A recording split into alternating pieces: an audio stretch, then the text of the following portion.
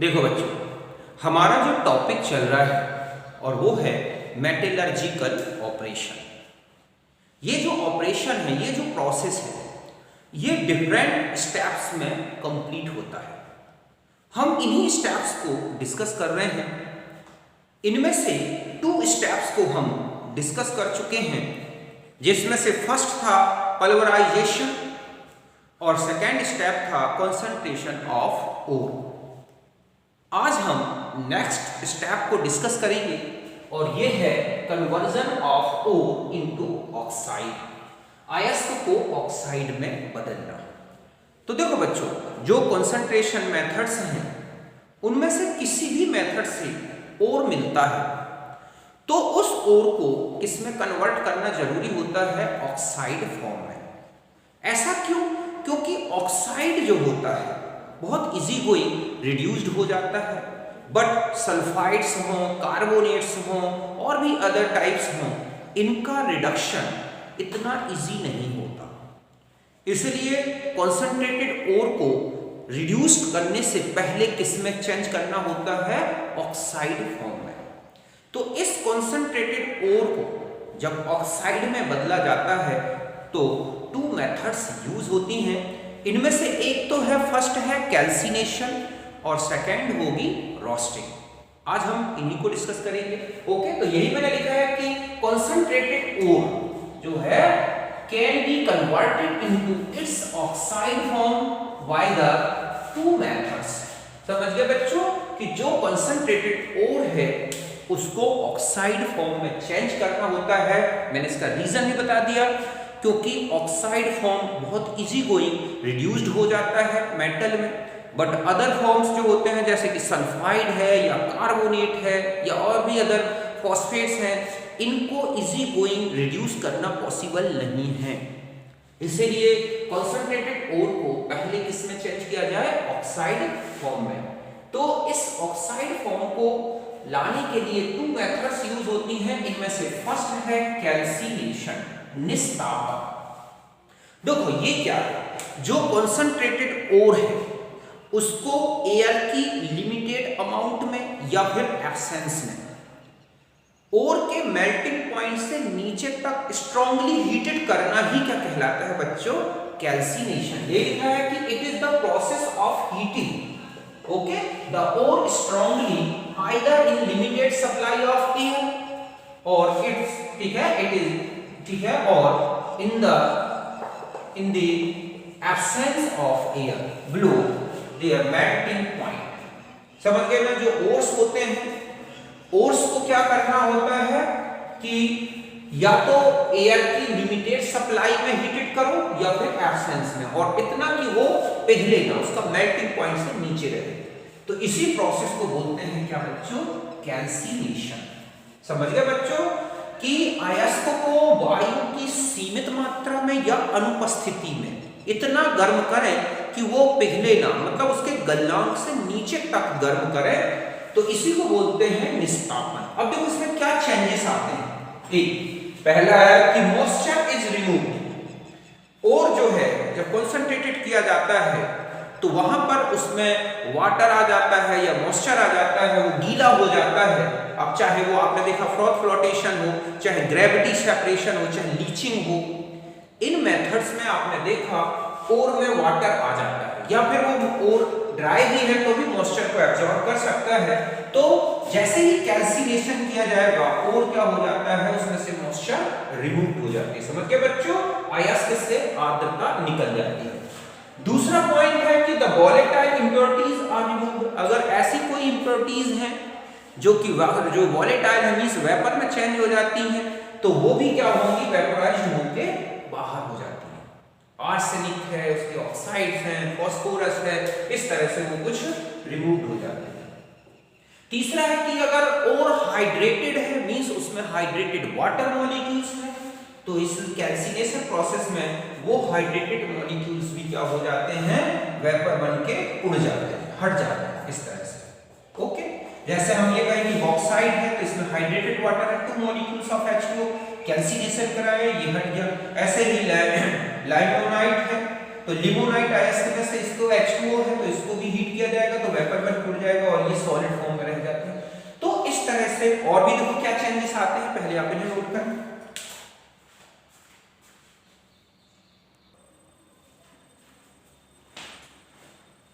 देखो बच्चों, अभी मैंने बताया आपको कि जो कैल्सिनेशन है उसमें और क्या चेंजेस आते हैं। तो देखो कार्बोनेट्स अगर है, जो ओर है अगर वो कार्बोनेट के फॉर्म में है तो वो डिकम्पोज्ड होके और ऑक्साइड में चेंज हो जाता है। जैसे ZnCO3 है तो ZnO में, CaCO3 है तो CO में, और ये CO2 गैस इस तरह से रिमूव्ड हो जाती है। समझ गए ना कि कार्बोनेट का किस में चेंज हो जाता है, ऑक्साइड के फॉर्म में। नेक्स्ट है कि the ore becomes porous, thus increase the surface area for further reactions। अयस्क जो होता है, जो ओर होता है, वो पोरस हो जाता है, भुरभुरा हो जाता है, रेत जैसा, पाउडर जैसा, और ऐसे में उसका सरफेस एरिया बढ़ जाएगा, जिससे आगे की जो रिएक्शंस हैं वो बहुत ही इजी गोइंग होती हैं। समझ गए बच्चों कि अयस्क सरंध्र हो जाता है, जिससे उसका पृष्ठ क्षेत्रफल बढ़ जाता है और आगे की अभिक्रियाएं सुगम हो जाती हैं। जैसे रिडक्शन होता है ब्लास्ट फर्नेस में, तो पोरस जो ओर होगा बहुत ही इजी गोइंग ब्लास्ट फर्नेस में नीचे की तरफ चलता है। समझ गए ना, ये है।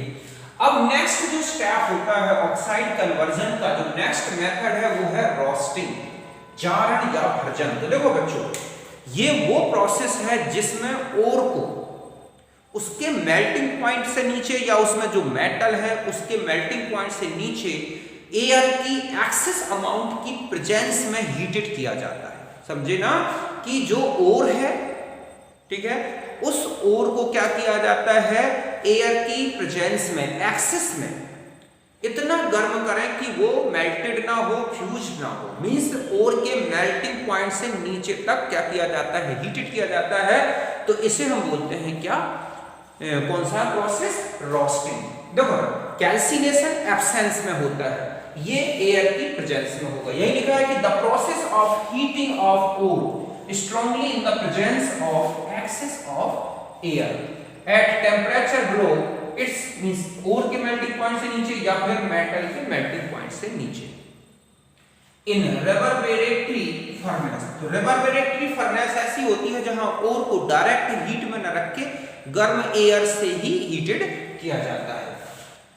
It is mainly employed for the case of sulphide ores. देखो ये मेनली तब यूज होती है रोस्टिंग प्रोसेस जब ओर में सल्फाइड पार्टिकल्स हो, मींस ओर सल्फाइड के फॉर्म में हो या फिर इम्प्योरिटीज के फॉर्म में सल्फाइड्स हों, तब रोस्टिंग जरूरी होता है। क्यों?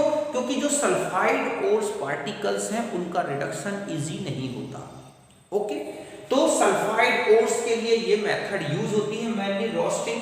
जितना भी सल्फाइड है सल्फर जल जाता है, SO2 में चेंज हो जाता है, और जो क्या होता है ओर है वो ऑक्साइड में चेंज हो जाता है। समझ गए बच्चों कि अयस्क को वायु की अधिकता की उपस्थिति में तीव्रता से अयस्क के धातु के गलनांक से नीचे गर्म करना ही जारण कहलाता है। यह परावर्तनीय भट्टी में होता है, रिवर्बरेटरी फर्नेस होती है, और मुख्यतः सल्फाइड अयस्कों के लिए प्रयोग किया जाता है। अब हम ये देखेंगे इसमें कौन कौन से चेंजेस आते हैं। ओके, पहले इतना नोट करें।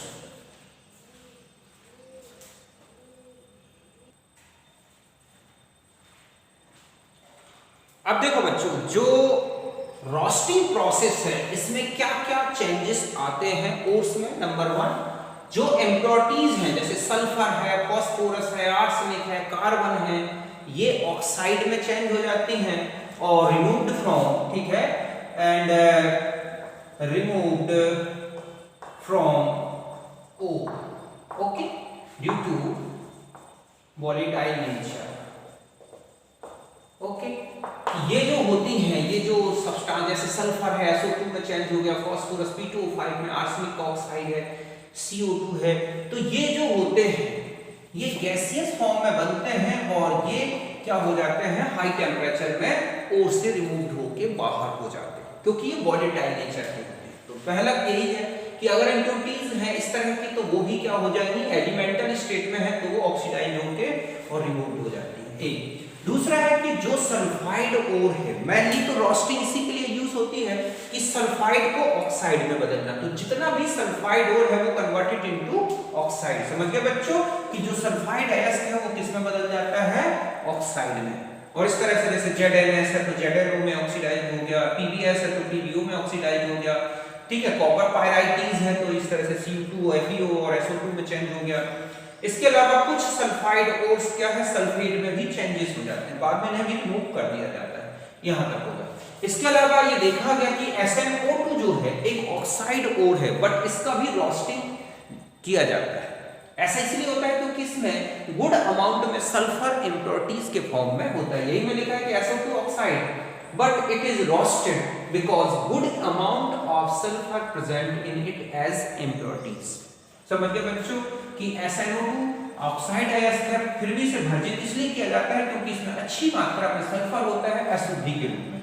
तो इसको जब जलाया जाता है तो इस तरह से सल्फर बाहर हो गया और अब केवल क्या बचा, SnO2। तो इस तरह से SnO2 के साथ सल्फर था ओर में तो वो भी हट गया। कुछ ऐसे ओर्स होते हैं जिनमें FeO अगर इम्प्योरिटी के फॉर्म में हो, जैसे कि कॉपर मैट होता है, कॉपर मैट में जब उसका बेसमराइजेशन कराया जाता है तो उसमें जो FeO है उसको भी हटाना होता है। तो जब अगर कोई इम्प्योरिटीज FeO के फॉर्म में है तो फिर उस ओर में रोस्टेड करने से पहले क्या मिला दिया जाता है, SiO2। ऐसा इसलिए क्योंकि FeO और SiO2 की रिएक्शन से स्लैग बन जाता है FeSiO3 और वो भी बाहर हो जाता है। तो ये लिखा कि in case of ore contain FeO impurity, ठीक है, FeO as impurity copper matte में होता है तो small amount of SiO2 added with ore in roasting. समझ गए बच्चों कि यदि अयस्क में FeO की अशुद्धियां हो तो भर्जन में अयस्क के साथ कुछ मात्रा में क्या मिला दिया जाता है, SiO2। ऐसा क्यों होता है, क्योंकि FeO और SiO2 के रिएक्शन से FeSiO3 बनता है स्लैग, जो कि हल्का होने के कारण, लाइटर होने के कारण बाहर हो जाता है। तो इस तरह से ये लिखें और भी देखते हैं क्या चेंजेस आते हैं।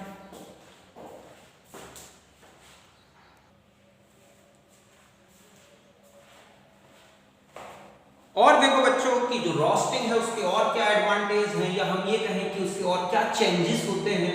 तो जो ओर है वो कैसा हो जाता है, पोरस हो जाता है, सरल हो जाता है, वॉलेटाइल इम्प्योरिटीज रिमूव्ड हो जाती हैं। तो इस तरह से रोस्टिंग प्रोसेस में ये चेंजेस होते हैं ओर्स में। अब हम आते हैं कि रोस्टिंग क्यों कराई जाती है। क्वेश्चन होता है कि सल्फर ओर्स की रोस्टिंग क्यों जरूरी होती है और अदर मेथड्स क्यों यूज नहीं करते रिडक्शन के लिए। तो देखो रीजन क्या है। पहला ये है कि sulphide ore is converted into oxide because roasting of sulphide to oxide is thermodynamically feasible. पहला तो रीजन ये है कि जो सल्फाइड है उसका जो कंबस्जन है और ऑक्साइड में चेंज होना, ये एक थर्मोडायनामिकली फिजिबल प्रोसेस है। मींस इसका फ्री एनर्जी चेंज नेगेटिव होता है, इसलिए सल्फाइड को बहुत ही इजी गोइंग कंबस्जन से ऑक्साइड में चेंज कर सकते हैं। समझ गए ना, पहला रीजन तो ये है।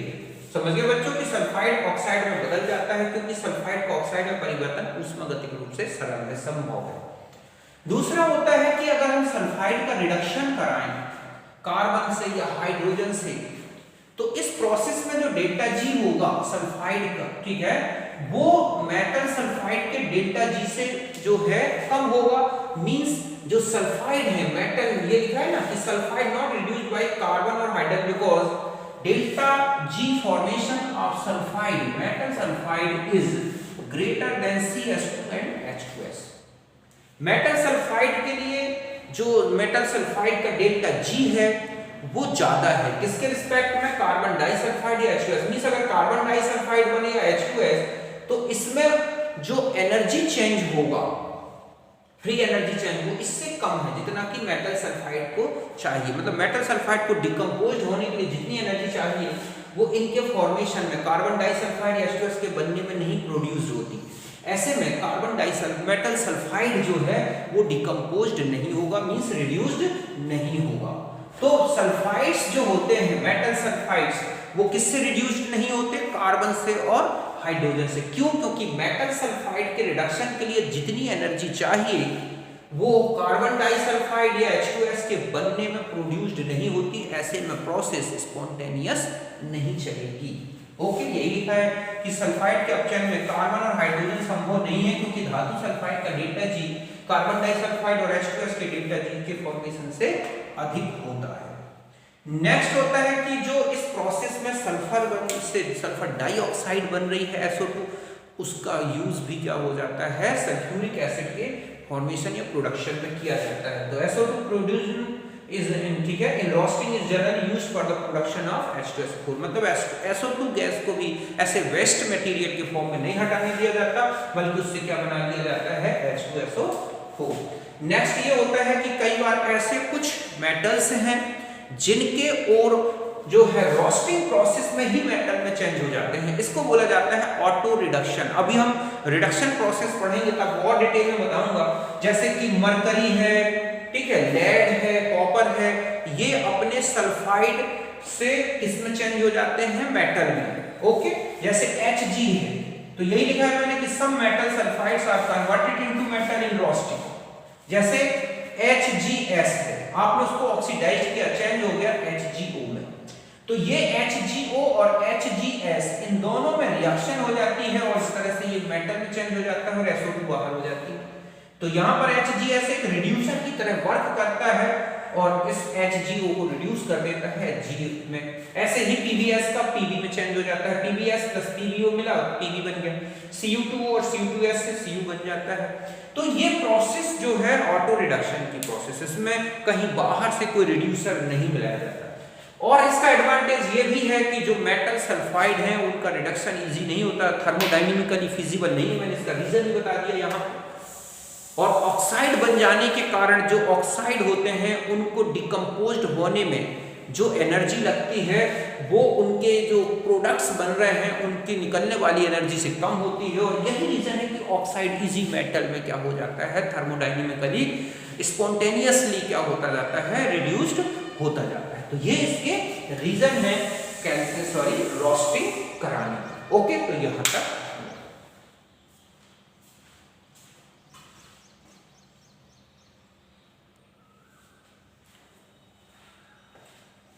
अब देखो बच्चों, मेटलर्जी के नेक्स्ट स्टेप में आते हैं अब हम, और ये है conversion of ore oxide means into metal, means reduction of ore into metal. Okay, तो ये जो रोस्टिंग प्रोसेस हुई या कैल्सिनेशन प्रोसेस हुई, इसमें जो हमें रोस्टेड या कैल्साइंड ओर मिलता है उस ओर को इसमें कन्वर्ट किया जाता है बच्चों मेटल में। अब ये जो कन्वर्जन है इसके लिए डिफरेंट मेथड्स यूज होती हैं, जैसे कि स्मेल्टिंग प्रोसेस होगी, ओके, ऑटो रिडक्शन प्रोसेस है, हाइड्रोजन रिडक्शन प्रोसेस है, मेटल रिडक्शन प्रोसेस है, एल्यूमिनोथर्माइड प्रोसेस है। ये सारी प्रोसेस यूज होती हैं मेटल को या मेटल के जो ओर है उस ओर को किस में कन्वर्ट करने के लिए, मेटल में। तो यही मैंने लिखा है कि रोस्टेड और calcined ore is converted into metal by following methods. Okay, समझ गए बच्चों कि जो भर्जित या निष्कापित अयस्क है उसको निम्नलिखित विधियों से हम अपचयित करते हैं। पहली जो मेथड है ये है स्मेल्टिंग, प्रगलन। ओके, देखो स्मेल्टिंग क्या है, एक्चुअली ये एक ऐसी प्रोसेस है जिसमें मेटल का जो ओर है उसको रिड्यूस किया जाता है, तो मेटल जो है मिलेगा वो फ्यूज्ड स्टेट या मोल्टन स्टेट में मिलता है। स्मेल्ट, इसीलिए स्मेल्ट बोला गया कि इस प्रोसेस में जब ओर रिड्यूस होता है और उससे जो मेटल निकलेगा बाहर वो फ्यूज्ड स्टेट या मोल्टन स्टेट में होता है, इसीलिए इसको बोला गया है कौन सी method, smelting. The process of extraction of metal from ore in the fused form या fused state, molten state is called smelting. समझ गए बच्चों कि एक ऐसी प्रोसेस जिसमें मेटल ओर से मेटल जब मिलता है तो फ्यूज्ड स्टेट में मिलता है, मोल्टन स्टेट में, तो इसे बोलते हैं स्मेल्टिंग। इन दिस प्रोसेस, इस प्रोसेस में क्या किया जाता है कि जो रोस्टेड ओर है या कैल्साइंड ओर है उसमें एक तो मिलाया जाता है रिड्यूसर या रिड्यूसिंग एजेंट और एक मिलाया जाता है फ्लक्स, और इन तीनों को मिक्स करके, मतलब ओर हो गया, रिड्यूसर हो गया और फ्लक्स, इन तीनों को अच्छी तरह मिक्स करके सही रेशियो में मिक्स करके और फिर हाई टेम्परेचर में क्या किया जाता है, हीटेड किया जाता है। तो देखो बच्चों, जो रिड्यूसर है वो तो ओर को मेटल में रिड्यूस कर देता है और जो फ्लक्स है वो ओर में जो बची हुई इम्प्योरिटीज हैं उनसे रिएक्शन करके और एक फ्यूजेबल क्या बनाता है, एक मटेरियल बनाता है जिसे बोलते हैं स्लैग। मेटल लिक्विड फॉर्म में होता है तो उसकी सरफेस पर स्लैग तैरता रहता है जिसे समय समय पर हटा दिया जाता है। तो यही लिखा हुआ है कि in this process roasted or calcined ore is mixed with reducing agent, okay, and flux. ये मैं पहले बता चुका हूं फ्लक्स क्या है. And heated at high temperature the metal oxide reduced into metal. ऐसे में मेटल ऑक्साइड का रिडक्शन किससे हो जाएगा? रिड्यूसिंग एजेंट से. And impurities reacted with flux to form slag. Okay, और जो इम्प्योरिटीज हैं वो क्या बना लेती हैं? Slag. And metal obtained in fused state and slag floated over the, ठीक है, surface of fused metal due to lighter nature of slag then metal. तो जो स्लैग बनता है वो भी फ्यूज्ड स्टेट में है और जो मेटल मिल रहा है वो भी फ्यूज्ड स्टेट में है, बट स्लैग लाइटर होता है, हल्का होता है मेटल के रिस्पेक्ट में, और इसलिए वो सरफेस में क्या होता रहता है? तैरता रहता है, जिसे हटा दिया जाता है. ओके, तो समझ गए बच्चों कि एक ऐसा प्रक्रम जिससे अयस्क में से धातु को जब निकाला जाता है तो वो हमें लिक्विड स्टेट में मिलती है, द्रव अवस्था में मिलती है, इसलिए इसको बोलते हैं प्रगलन विधि. इस विधि में अयस्क लिया जाता है और उसमें एक कोक मिलाया जाता है या एक रिड्यूसर मिलाया जाता है और एक गालक मिलाया जाता है. तीनों को एक सही रेशियो में मिला के और फिर हाई टेम्परेचर में हीटेड किया जाता है. ऐसा करने से जो रिड्यूसर है वो मेटल, जो अपचायक है वो अयस्क को धातु में बदल देता है और जो गालक है वो सिद्धियों से क्रिया करके धातुमल बना लेता है. धातु और धातुमल लिक्विड स्टेट में बाहर निकलते हैं जिसमें धातुमल हल्का रहता है, इसलिए धातु पिघली हुई धातु की सतह पर तैरता है, जिसे हटा दिया जाता है. यही लिखा है अयस्क से धातु को द्रव अवस्था में पृथक करने का प्रक्रम प्रगलन कहलाता है. इसमें भज्जित या निष्कापित अयस्क को अपचायक या गालक के साथ मिलाकर उच्च ताप पर गर्म किया जाता है. इससे अयस्क का अपचयन, ठीक है, अपचायक द्वारा धातु में अपचयन हो जाता है तथा शुद्धियां गालक से क्रिया करके धातुमल बना लेती हैं, जो पिघली हुई धातु की सतह पर हल्का होने के कारण तैरता रहता है. तो यहां तक लिख लें. ओके,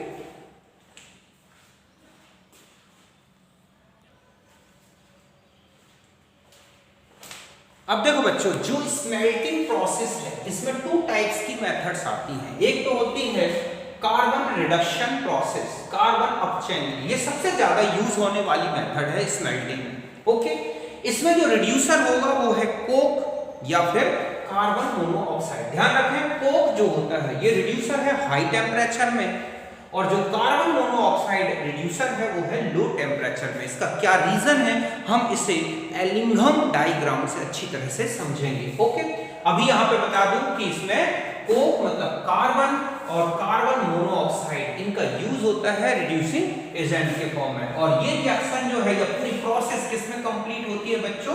ब्लास्ट फर्नेस में. हम आयरन की मेटलर्जी को डिटेल में लेंगे, जिंक की मेटलर्जी को डिटेल में लेंगे, वहां पर अच्छी तरह से हम ब्लास्ट फर्नेस के बारे में समझेंगे. बस अभी यहाँ पर आपको ध्यान रखना है कि ये कंप्लीट होती है ब्लास्ट फर्नेस में और इसमें जो रिड्यूसर है वो है कोक और कार्बन मोनोऑक्साइड. और ये मेनली किनके एक्सट्रैक्शन में यूज होती है? FeCU, PbZn, SN, COW, इनके रिडक्शन में यूज होती है. और इसमें MgO या लाइमस्टोन, सिलिका, इनका यूज होता है फ्लक्स के फॉर्म में. समझिए बच्चों कि इस विधि में कोक कार्बन या फिर कार्बन मोनोऑक्साइड का उपयोग अपचायक के रूप में होता है. चूना पत्थर है, मैग्नीशिया है या रेत है, इसका उपयोग गालक के रूप में होता है और ये बाध्य भट्टी में संपन्न होती है. ये मुख्यतः इन मेटल्स के एक्सट्रैक्शन में यूज होती है, निष्कर्षण में यूज होती है. इसमें चूना पत्थर, MgO, रेत गालक की तरफ भी होता है. हालांकि मैंने ये बात पहले ही लिख दी है, दोबारा लिख दी होगा. ओके, इस तरह से समझें कि मेटल ऑक्साइड था, रिड्यूसर आया, मेटल में चेंज हो गया और ऑक्साइड निकल के बाहर हो गया. या हम ये कहें कि यहाँ पर एक गैसियस क्या बन जाएगा? गैसियस ऑक्साइड मींस CO2 इस तरह से. और जो फ्लक्स था वो इम्प्योरिटीज से रिएक्शन करके क्या बना लेगा? स्लैग. जैसे Fe2O3 और कार्बन मोनोऑक्साइड लगभग 673 टेम्परेचर केल्विन पर ये रिएक्शन होती है और Fe लिक्विड फॉर्म में या फ्यूज्ड फॉर्म में मिलता है और CaO जो फ्लक्स के रूप में मिलाया गया है और SiO2 जिसमें रेत की इम्प्योरिटीज हैं आयरन के हेमेटाइट ओर के साथ, ये सब मिलके क्या बना देती हैं? स्लैग. तो ये पूरी प्रोसेस किसमें मिलती है हमें? इस ब्लास्ट फर्नेस में. और नीचे लिक्विड फॉर्म में मेटल निकलता रहता है, उसके साथ साथ लिक्विड स्लैग भी बाहर आता है. तो इसे नोट करें.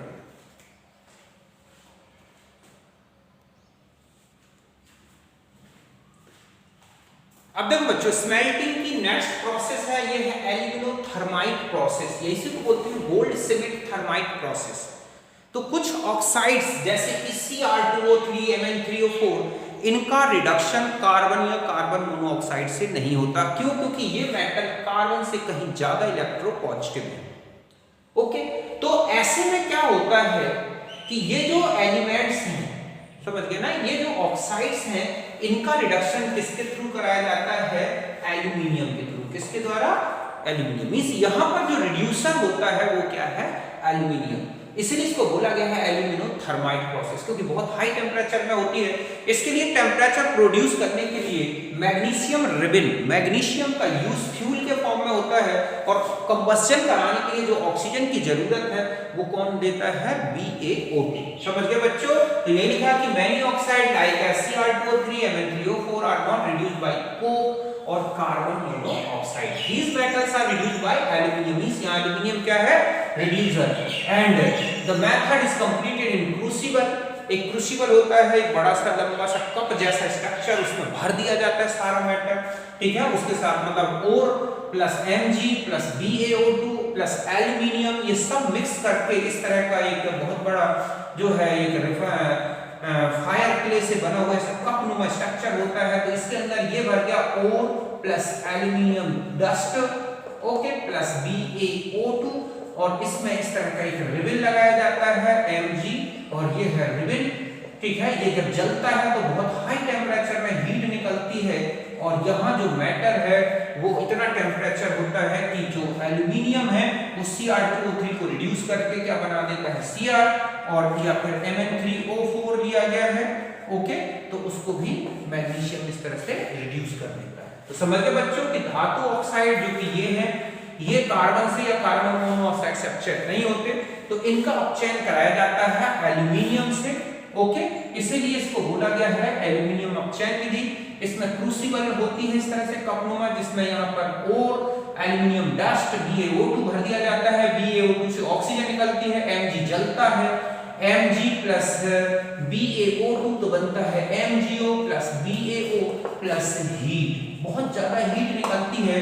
इसी हीट से ये मेटल जो है फ्यूज्ड फॉर्म में आता है, और एल्यूमिनियम क्रोमियम या मैंगनीज को इस तरह से रिड्यूस कर देता है। समझ गए ना? तो ये है हमारा एल्यूमिनोथर्माइट प्रोसेस।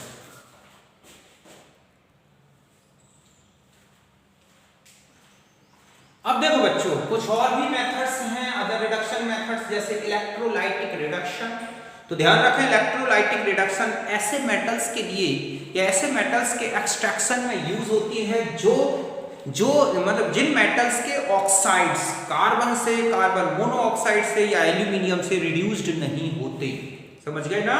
मतलब ये मेथड तब यूज होती है जब मेटल के जो ऑक्साइड्स हैं वो कार्बन से, कार्बन मोनोऑक्साइड या एल्यूमिनियम से रिड्यूस नहीं होते, तब ये मेथड यूज होती है। और इसके लिए मेनली S ब्लॉक के एलिमेंट्स जो है इस मेथड से एक्सट्रैक्टेड किए जाते हैं। उनका इलेक्ट्रोलाइटिक रिडक्शन मींस इन मेटल्स के किसी सुटेबल सॉल्ट के फ्यूज्ड मिक्सचर का इलेक्ट्रोलिसिस किया जाता है, तब मेटल किस में एक्सट्रैक्टेड होती है या हमें मिलती है? कैथोड में। तो यही मैंने लिखा है कि यूज फॉर एक्सट्रैक्शन, ठीक है, extraction of metals of S block elements. इसमें क्वेश्चन होता है आपको ऑब्जेक्ट में कि इनमें से किस मेटल का रिडक्शन या एक्सट्रैक्शन इलेक्ट्रोलाइटिक रिडक्शन प्रोसेस से होता है। तो ध्यान रखना है S ब्लॉक के जो एलिमेंट्स हैं, ओके। इसके अलावा आप देखोगे ये जो एलिमेंट्स मैंने लिखे हैं S ब्लॉक के, इसके अलावा एल्यूमिनियम मेटल, इनका एक्सट्रैक्शन जो है इसी मेथड से होता है। Oxide of these metals not reduced by carbon, aluminium और कार्बन मोनोऑक्साइड। समझ गए ना? इसलिए हम जो मेथड पहले पढ़ी हमने स्मेल्टिंग प्रोसेस, उनका यूज नहीं कर सकते। Therefore these metals are extracted from fused salt of, ठीक है, दीज एलिमेंट्स, मतलब इन एलिमेंट्स का किसी सॉल्ट का यूज किया जाता है फ्यूज्ड फॉर्म में। ध्यान रखें, इसमें एक्वस सॉल्यूशन का यूज नहीं किया जाएगा। क्यों? क्योंकि एक्वस सॉल्यूशन अगर हम यूज करेंगे तो एक डिस्चार्ज प्रेफरेंशियल थ्योरी ये कहती है कि कैथोड में पहले वो कैटायन रिड्यूस हो जाएगा जिसका इलेक्ट्रोड पोटेंशियल ज्यादा है। क्योंकि S ब्लॉक के एलिमेंट्स का जो रिडक्शन पोटेंशियल है वो वाटर के रिडक्शन पोटेंशियल, या हम ये कहें कि हाइड्रोजन के रिडक्शन पोटेंशियल से कम है। ऐसे में पहले कौन रिड्यूस हो जाएगा वहां पर कैथोड में? हाइड्रोजन, और हमें मेटल नहीं मिलेगा। इसीलिए इनका क्या हमेशा यूज होता होता है फ्यूज्ड सॉल्ट सॉल्यूशन, ठीक है, which is completed in electrolytic cell. और पूरी प्रोसेस को किसमें कंप्लीट किया जाता है बच्चों? इलेक्ट्रोलाइटिक सेल में। मेटल कहाँ मिलता है? कैथोड में। समझ गए बच्चों कि एस ब्लॉक के ये तत्व हैं या फिर एल्यूमिनियम, इनका निष्कर्षण इस विधि से किया जाता है। क्यों? क्योंकि इन धातुओं के जो ऑक्साइड है वो कार्बन मोनोऑक्साइड एल्यूमिनियम से रिड्यूस नहीं हो सकते। क्यों? क्योंकि ये मेटल स्वयं ही इनसे कहीं ज्यादा इलेक्ट्रोपॉजिटिव है, तो वो क्यों इनसे रिड्यूस हो पाएंगे, बल्कि वो ही इनको रिड्यूस कर देंगी। कार्बन के साथ वो मेटल कार्बाइड बना लेगी, ठीक है, इस तरह से आदि। इसलिए इन धातुओं का निष्कर्षण इन तत्वों के गलित मिश्रण से किया जाता है विद्युत अपघटन विधि में। और धातु हमें कहाँ मिलती है? कैथोड में। जैसे NaCl फ्यूज फॉर्म में है Na+ और ये लिक्विड फॉर्म में आ गया, ये लिक्विड फॉर्म में है, और जब रिडक्शन किया जाएगा तो कैथोड में इस तरह से रिडक्शन होगा और हमें क्या मिल जाएगा? सोडियम, जबकि एनोड में क्या निकलता है? क्लोरीन। तो इस तरह से ये डाउन सेल मेथड यूज होती है सोडियम लिथियम इनके एक्सट्रैक्शन में। हेराल्ट मेथड एल्यूमिनियम हम एक्सट्रैक्शन में यूज होती है, तो एल्यूमिनियम को हम अलग से डिटेल में करेंगे। नेक्स्ट है ऑटो रिडक्शन प्रोसेस, स्वतः अपचयन। तो कुछ मेटल्स हैं जैसे कि Cu, Ag, Tb, इनका जो एक्सट्रैक्शन है बच्चों इसी मेथड से होता है। क्यों होता है? क्योंकि ये मेटल जो रोस्टिंग प्रोसेस है वहां पर इन मेटल्स के जो ऑक्साइड्स बनते हैं वो इन्हीं के सल्फाइड से रिड्यूस हो जाते हैं। समझ गए ना कि ये जो मेटल है extracted by this method because oxide of these metals are reduced by sulphide in roasting process. Roasting process में ही सल्फाइड इनके ऑक्साइड को रिड्यूस कर देता है। समझ गए बच्चों कि इन धातुओं का निष्कर्षण इस विधि से करते हैं। भर्जन प्रक्रम में इन धातुओं के जो ऑक्साइड्स बनते हैं वो इन्हीं धातुओं के सल्फाइड से रिड्यूस हो जाते हैं। जैसे देखो HgS है, ऑक्सीडाइज हुआ HgO बना, तो जो बचा हुआ सल्फाइड है वो HgO को Hg में रिड्यूस कर देता है और इस तरह से पिघली हुई मेटल बाहर आ जाती है। ऐसे ही Cu2S है, ठीक है, कॉपर ग्लांस है, ऑक्सीडाइज हुआ ऑक्साइड बन गया और ये सल्फाइड और ये ऑक्साइड मिलके कॉपर में चले जाते हैं। हालांकि प्योर मेटल तो नहीं मिलता, जैसे कॉपर की मेटलर्जी में आप देखोगे कॉपर मैट मिलेगा, फिर उसके बाद बेसिमराइजेशन कराया जाएगा, तब हमें जाके कॉपर मिल जाएगा। लेकिन इस मेथड में कहीं पर भी किसी रिड्यूसर का यूज नहीं होता, इसलिए इसको बोला गया है ऑटो रिडक्शन। ऐसे ही PbS और TbO मिलके Pb के फॉर्म में आ जाते हैं। तो ये कुछ मेथड्स हैं जो रिडक्शन में यूज होते हैं, नोट करते हैं।